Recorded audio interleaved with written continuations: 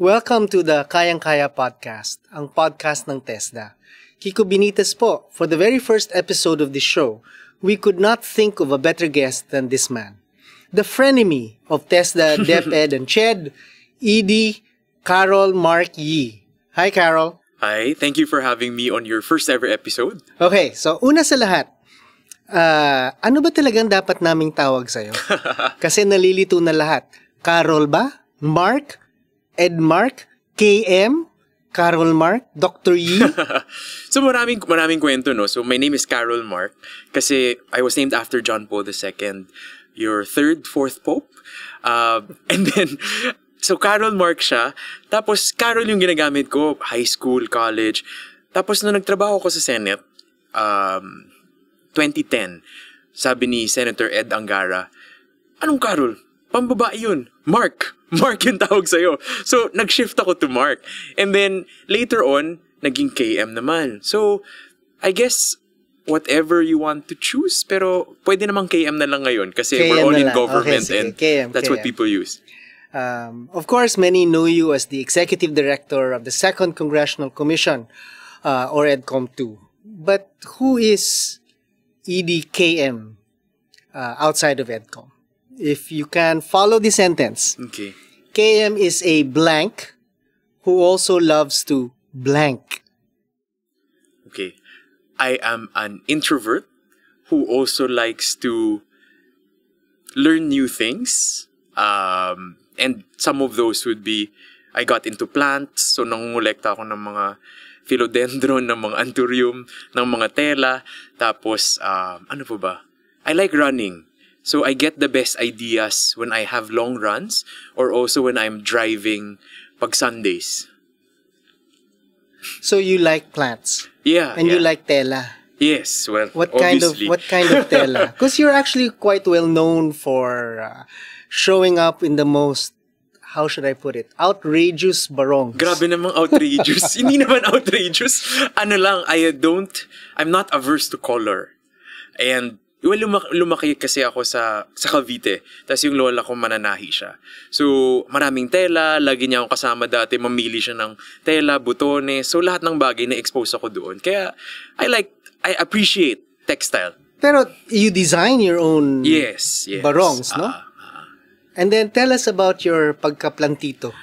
I guess, nung pandemic, parang na-obsess ako sa mga halaman. So, maganda kasi siya. Tapos, nasa bahay ka lang. So, marami namang iba pang ganun, no? So, maraming iba pang nag-collect ng plants. So, hanggang ngayon, I take care of them. Mostly philodendrons, anthuriums, hoyas, etc. So, these are in pots? This is in the ground? Yeah. And recently, ang inaral ko is really Philippine native trees and flowers. So, patalsik pula, Palawan cherry tree, katmon, variegated katmon. Why Philippine native? Well, kasi na-realize ko na ang dami nating magagandang flowers, flowering plants and trees na hindi natin masyado na-appreciate and nawawala unti-unti. So, inaral namin yung mga nara. Paano mo pinag-aaralan yan? Naghanap ako ng mga libro. Actually, marami sa Lazada. Magulat ka.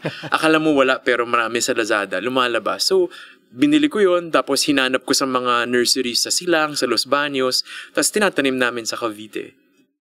So, obviously, you've worn many hats. You've worked for the Senate. You've worked for the legislature, no? You've also worked for CHED. Yes. And the executive.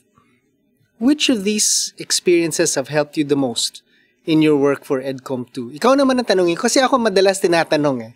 Galing ako sa legislature ng EDCOM2, tapos bigla na lang nasa executive.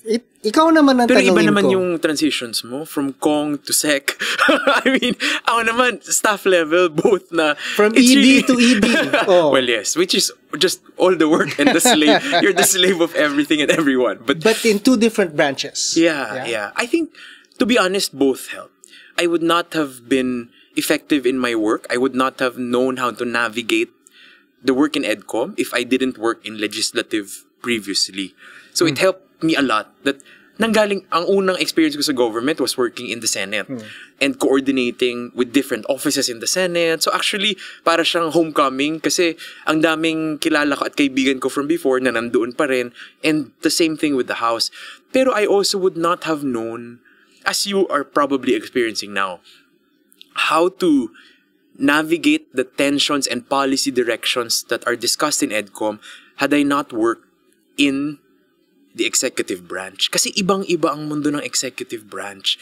The work of policy making from the side of legislature is very different from the very difficult world of implementation.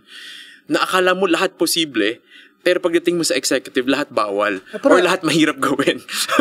No, but when you were in CHED, tapos naging executive director ka din, di ba, ng CHED, tapos umalis ka. Yes. Bakit ka pumayag na bumalik? No, So, what convinced you to really take on the executive directorship of EDCOM 2? I think my first boss was Senator Angara, the elder Angara. And my first mentor in education policy, talagang education policy explicitly, is Tita Dan Rola, the executive director of the first EDCOM. So when I was working in the Senate, parang more than 10 years ago, sabi ko sa sarili ko, Lord, sana when the time comes that there is another EDCOM, sana I can be part of it. That was that long ago pa. Yeah, that was my dream. Sabi ko, ang galing naman nung unang EDCOM. So, as a nerd, less than you though, but nerd nonetheless. Tapos nagbabasa ako ng EDCOM reports. Talagang biblia siya ng legis namin kasi Committee on Education. Tapos sabi ko, Lord, ang galing naman. Sana may ganito ulit in the future in my lifetime. Sabi ko, bata pa naman ako noon. It will come in my lifetime and hopefully at that point I can be part of it somehow. So when the time came, sabi ko, baka ito na yun. I was in the UK. Yes. I knew it was happening. Sabi ko, aabot kaya ako, hindi ako aabot. Tapos yun. There were discussions and I ended up finishing my PhD, and then at that point, magsisimula yung EDCOM work. Yeah, no, because I remember your name was bantered about as a potential executive director, but we were all convinced that you wouldn't be able to come back on time and take on the position. But sinuwerte ka pala eh, that the actual beginning of EDCOM was delayed. Yes. Kaya umabot ka after your PhD. Baka things happen for a reason. Things happen for a reason. No, so obviously, hindi ka naman talaga nagsimula, di ba? Sa academic track, kumbaga. You were most people don't know, no, that you were a UP magna cum laude, majoring in broadcast communication. And I think that's a fun bit about you that many people don't know. And I think is probably the source ng pagka-OC mo on all things having to do with EDCOM and its dissemination of its information. So to end this segment, can you tell us the story of your undergraduate years and how did you launch yourself into education and education policy afterwards? Sige. I'll answer this question, but before we end this segment, I have 2 questions for you. So yes, I graduated broadcast communication, pero nung narinig ko na, shucks, ang baba pala ng sweldo. Tsaka shucks, grabe pala yung oras ng masscom, no? Walang tulog, yung mga blockmate ko, talagang doon na natutulog, hindi na naliligo, dire-diretso ng trabaho. So I ended up going back to our alma mater, to Xavier, to teach for 2 years. Tapos after 2 years, sabi ko, parang I want to contribute to education in the long term, but in a different way. From teaching? Kasi I taught, diba? Yeah. Tapos sabi ko, okay, I can help here in Xavier, pero with or without me, they will get good quality education. And yet, paano yung milyon-milyong batang Pilipino? So, nag-email ako sa office ni Senator Angara, cold email, this is my CV, I hope you can consider me. Tapos kinulit ko sila ng kinulit sa phone na interviewin niyo naman ako, baka pwede akong mag-apply, baka may vacancy kayo. So yun, that's how it happened. And then, forever na ako sa education policy. But you, literature. Comparative literature, right? Yes. So how do you go from comparative literature to now TechVoc, but also previously, housing? And parang, I mean, yes, I had shifts, but you know, when you're younger, your shifts are more, you're more nimble. But for you, your shift Ang was... sakit. Sakit mo magsalita. Was from PWU president to Congress. Again, very different universes. And then to executive branch, to TESDA. How did you navigate all of that? So, unahin natin yung second question mo, no? Even when I was in PWU, we had TESDA courses within PWU, right? So, PWU as a system had TVET courses and TVET tracks. In fact, PWU was one of the first to implement modularized and ladderized curricula. At the same time, PWU has, of course, as you know, pioneered in progressive education for basic education, specifically through JASAMS. So the track of going back in a way to education, in terms of TESDA, is not that hard to imagine, di ba? Ganun din, I was happy in Congress before coming to TESDA. I suppose the challenge to effect and implement the education reforms that we were doing when I was still in EDCOM 2 was one of the things that convinced me. The magnitude of the education crisis is so large, as many people who can help, the better. So, nakakahiya naman na humihingi ka ng tulong sa iba, tapos pag ikaw ang hiningan ng tulong, hindi mo gagawin. Right? So, when I was chair of housing, in fact, it wasn't housing. It was housing and urban development, but had human settlements as a frame. Right. And when you think about human settlements as a frame, it really means providing all the basic needs through your planning of settlements to ensure that communities grow and communities are able to help and sustain, social development. So, yun ang sana all ganyan mag-isip ng framework at expansive notions of policy making. Now, connecting your literature background and your life so far, in CHED, when I was having a hard time, ang sabi sa akin ni Dr. Cinch Bautista, who was then commissioner, is, Mark, you need a literary heart to allow you to keep up with the work and also not get so affected with what's happening, to be more resilient. I think the idea of being able to move from one stage to the other as part of how the path unfolds for you, so long as your originary principles remain the same. The literary heart allows you to imagine as many alternative pathways that others may have crossed, and imagine the capacity for carrying the burden. One of the gifts literature actually provides is the ability to imagine yourself in the shoes of another. Right. Yeah, and I think there's a lot of resilience that can be taken from that.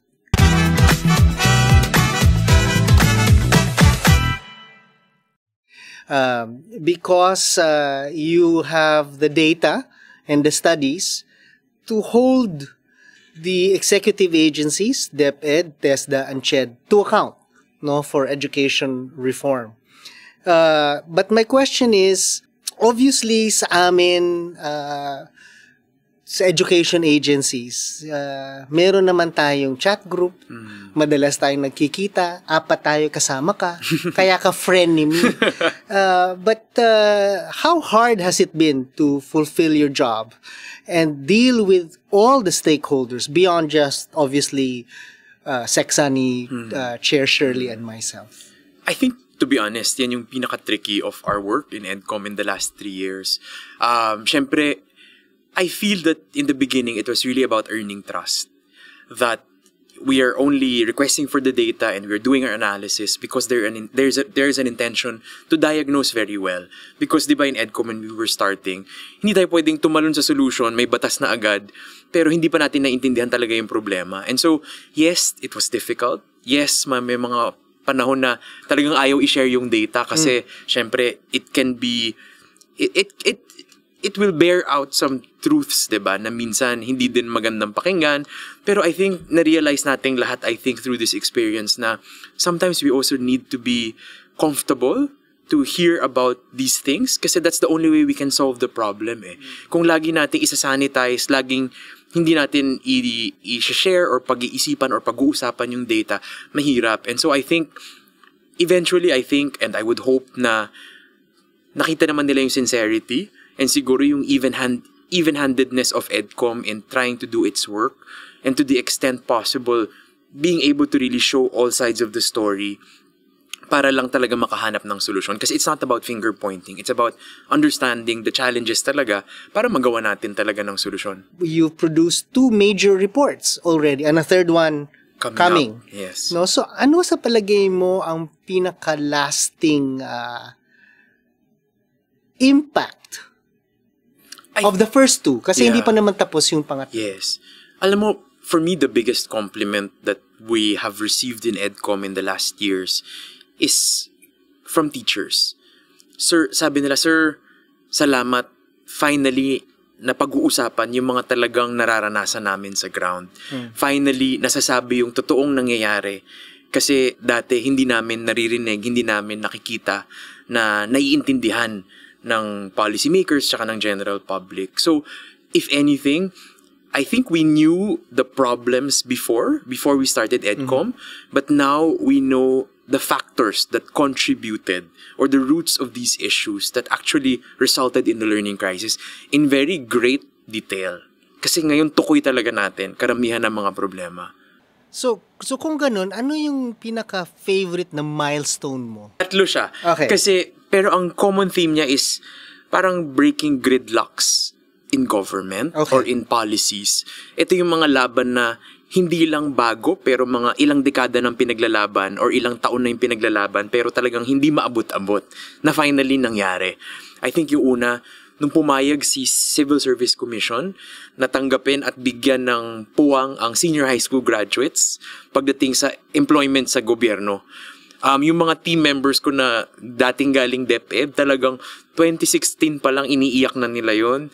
Pero finally, 2024, nangyari siya. I think yun talagang lahat kami nagsiselebrate sa chat group tsaka sa opisina. Ikalawa, yung pumayag yung PRC at ang CHED na mag-align for the licensure examination for teachers. Akala namin dati, imposible, kailangan ng batas. Pero nung napag-usap namin, tas umupo kaming lahat, tapos ang sagot, okay, let's do it.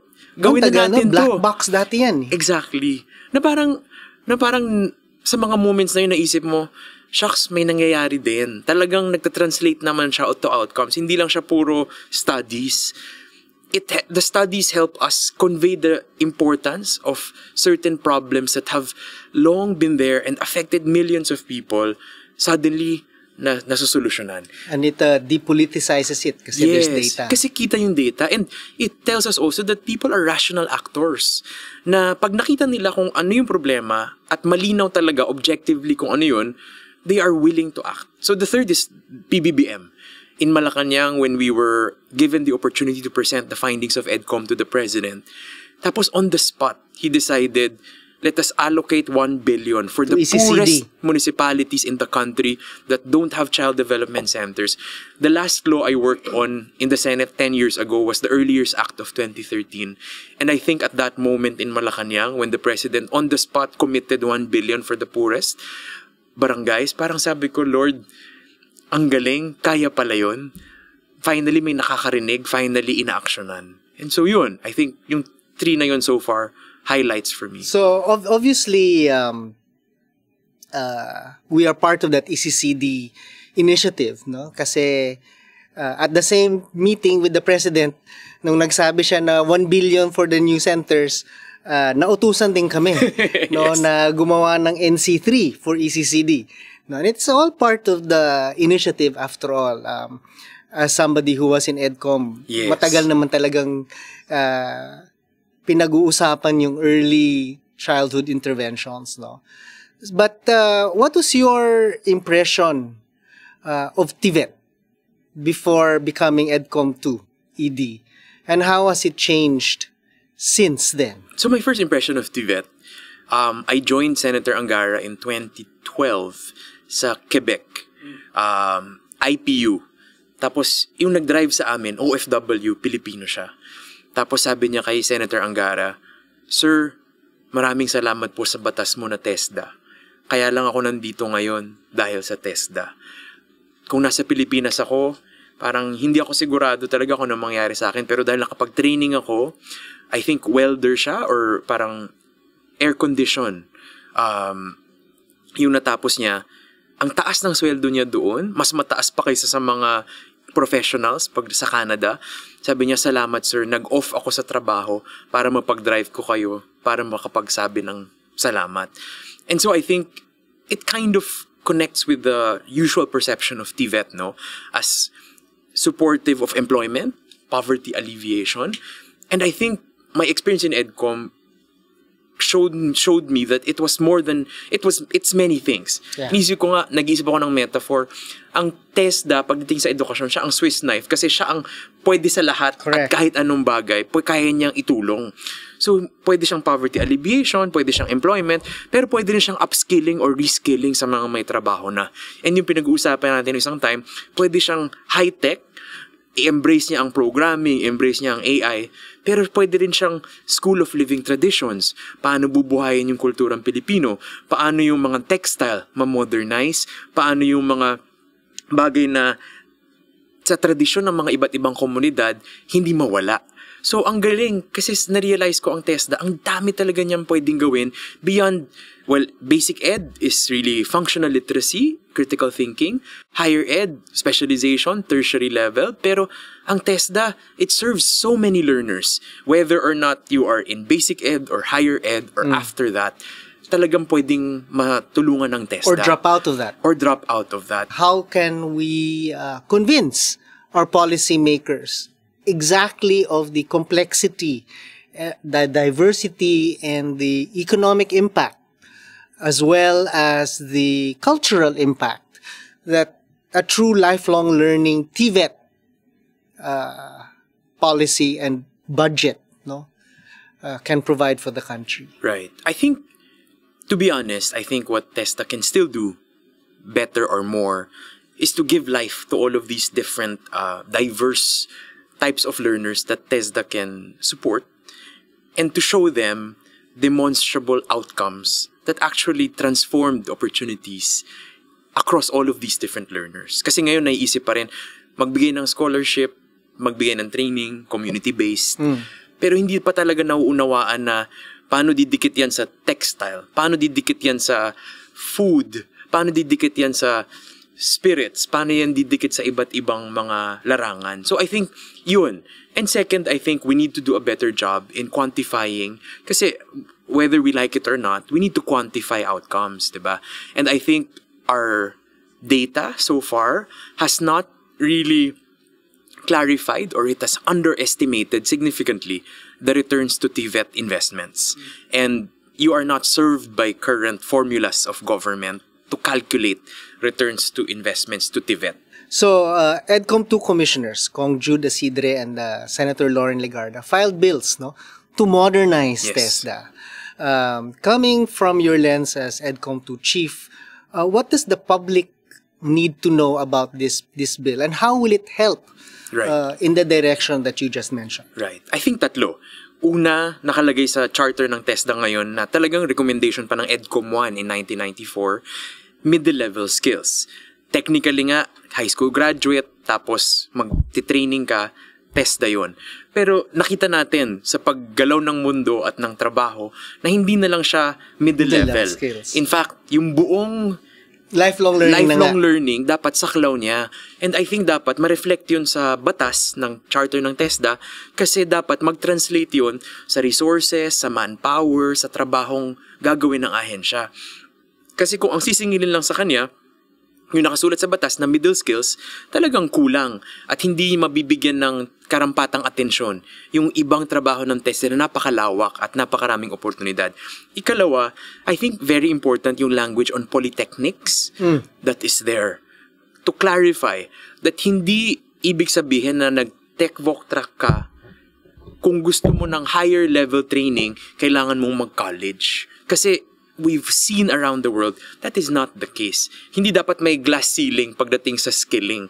In fact, you can go all the way up na umabot ka ng college, umabot ka ng level 5, level 6, level 7. Technically, pwede yun eh. Except that in our country, we've created these artificial boundaries. And we should ask ourselves, does it serve us? Does it serve our youth? Does it serve our learners? Or no longer? And maybe we should start rethinking that. And third, I think, is really embracing industry as well as the agility and the speed by which skilling and training needs to happen. Kasi if it remains in the old structure of having these many layers of approvals, hindi talaga kayang makisabay ang gobyerno sa mabilis na paggalaw ng industriya. And dapat baguhin yun para mas lumuwag ang regulation, pero it does not mean na dahil lumuwag, bumababa yung quality. In fact, you are just appropriating your governance structure to the need that you need to address. So Solons are pushing for the extension of EDCOM 2. And as the ED, where do you stand at this? Is it EdMark forever, as Shirley Agrupis keeps talking about? Or what will help or not help our cause in championing for education and eradicating, hopefully for good, or at least in the meantime, our educational systems issues? I think we should think beyond personalities and we should think of institutions. To me, it would benefit Congress or the legislature if we are able to strengthen technical knowledge as well as institutional memory in the legislative side, because that is the only way that we can really ensure good oversight of all the legislation on education. In fact, nanggaling nga kami sa DepEd Charter hearing. Since 2001, kung saan pumasa ang batas na nagbubuo ng DepEd, may 150 laws and executive orders that expand its mandate. Imagine mo, kung nag-build tayo ng institutional memory at ng actual expertise in education policy na talagang susunod sa lahat ng pangangailangan ng mga batas na to, we could make sure that things are happening. Pero kung magbabalasa tayo lagi ng tao, ng chairmanship, ng staff, talagang mahirap kasi every 3 years, everything seems to be new, which is not the case because we know that education really persists, diba? But that can also be said of the executive side. How to make sure that we invest in our people and we're able to keep people so that we honor institutional memory, but we sharpen skills so that we're able to really continuously improve and build.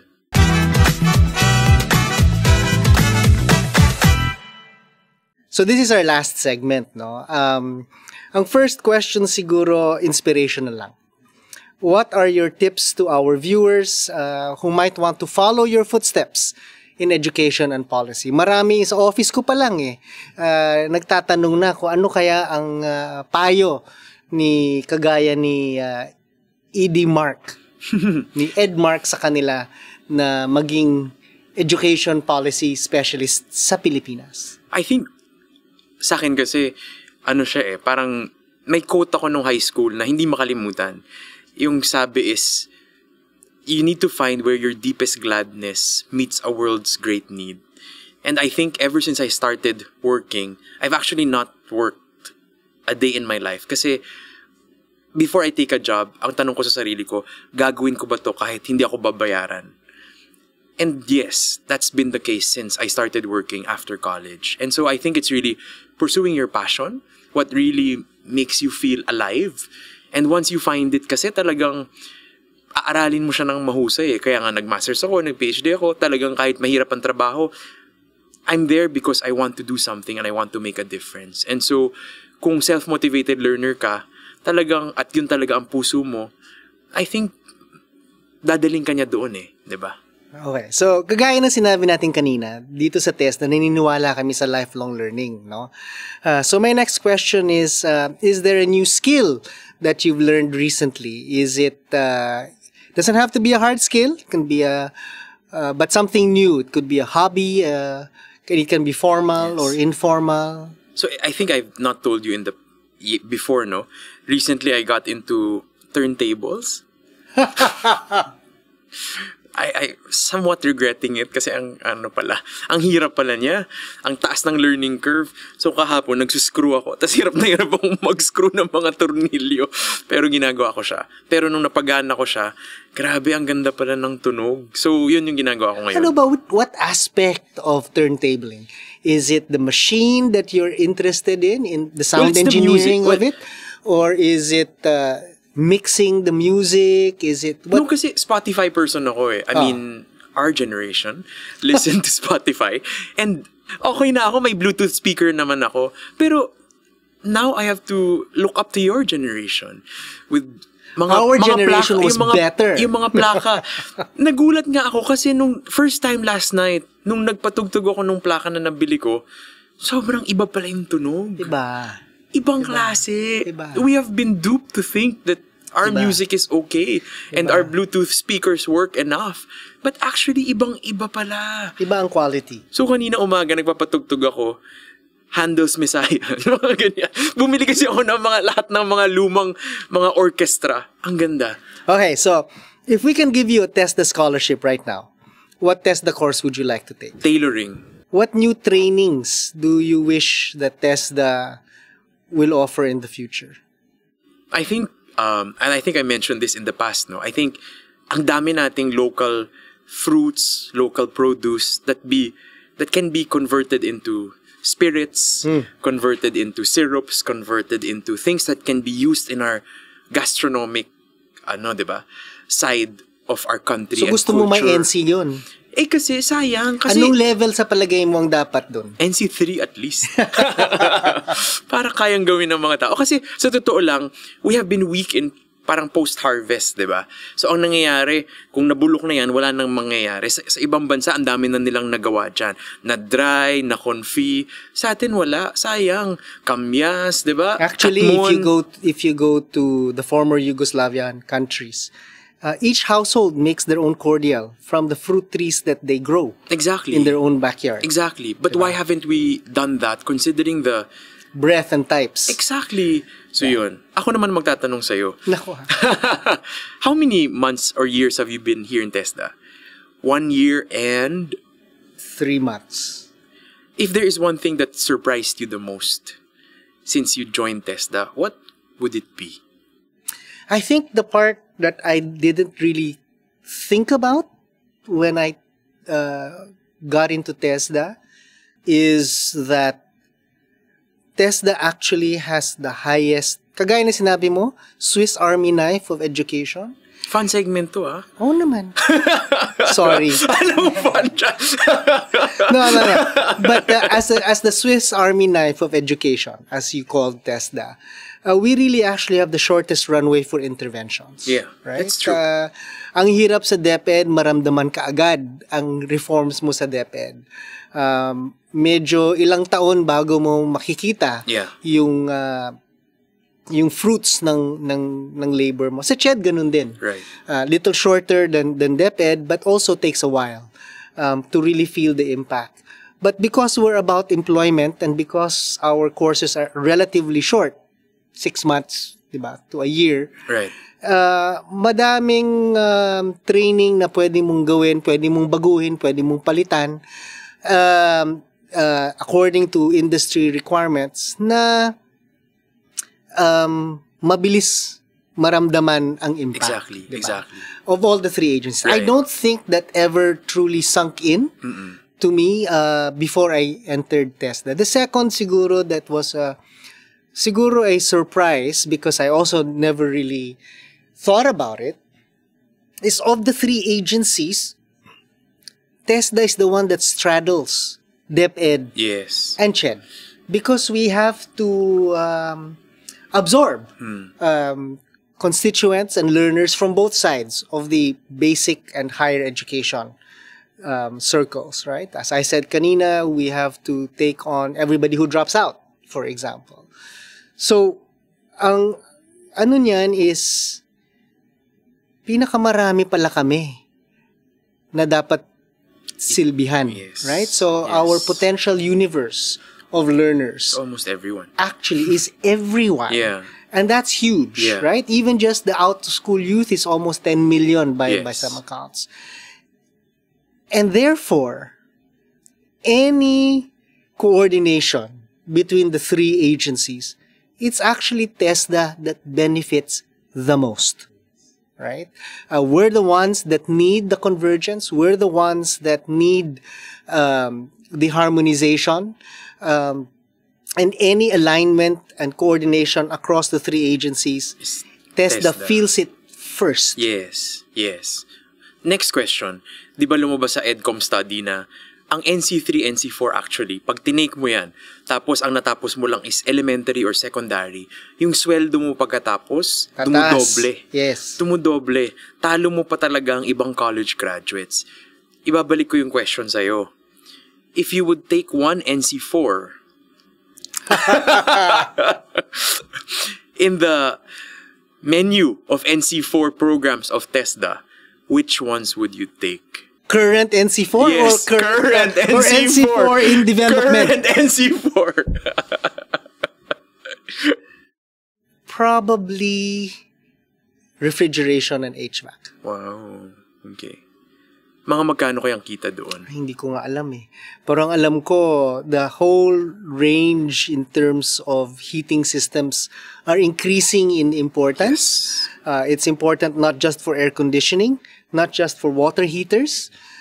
It's important for refrigeration in general. Right. So, kasangkot na dyan ang cold storage facilities. Kasangkot na rin siguro dyan ang kailangan ng heat exchange for data servers, right? So increasingly the overlap between HVAC, as we call it, and plumbing, right. in fact, will expand. So very in demand, mataas ang kita actually, mas mataas pa kaysa sa ibang college graduates, at pwede mo pang i-credit soon enough sa mga college programs. And so, talagang triple win siya, di ba? And so, I think that's such an important message that sana mas marami ang makaintindi. So, I think the last piece lang that I'd like to add to that same thing, no, is unlike anything else that I've been used to, most of my life, actually, something like that really uses your hands. Yeah. And there's something about the use of tools and the parang, I keep on calling it kinesthetic learning, no? That activates different parts of the person. And I suppose, because tinanong mo ko, hinahanap-hanap ko rin. Yeah. Diba? Yeah. To be able to do something quite manual, something quite physical, no, is very different from the kind of jobs that I've had in the past. My last question is, of course, your term is until 2028, so you have 3 more years in TESDA. Can you complete this sentence? In 2028, I would have succeeded if blank. In 2028, I would have succeeded if, in fact, TESDA can track individual learners and be able to target appropriately so that those most in need and most interested in upskilling and reskilling or being skilled at all become prioritized by TESDA. Okay. All right. So, thank you for making time with us in the KM. Thank you. This has been the Kayang Kaya podcast. See you next time.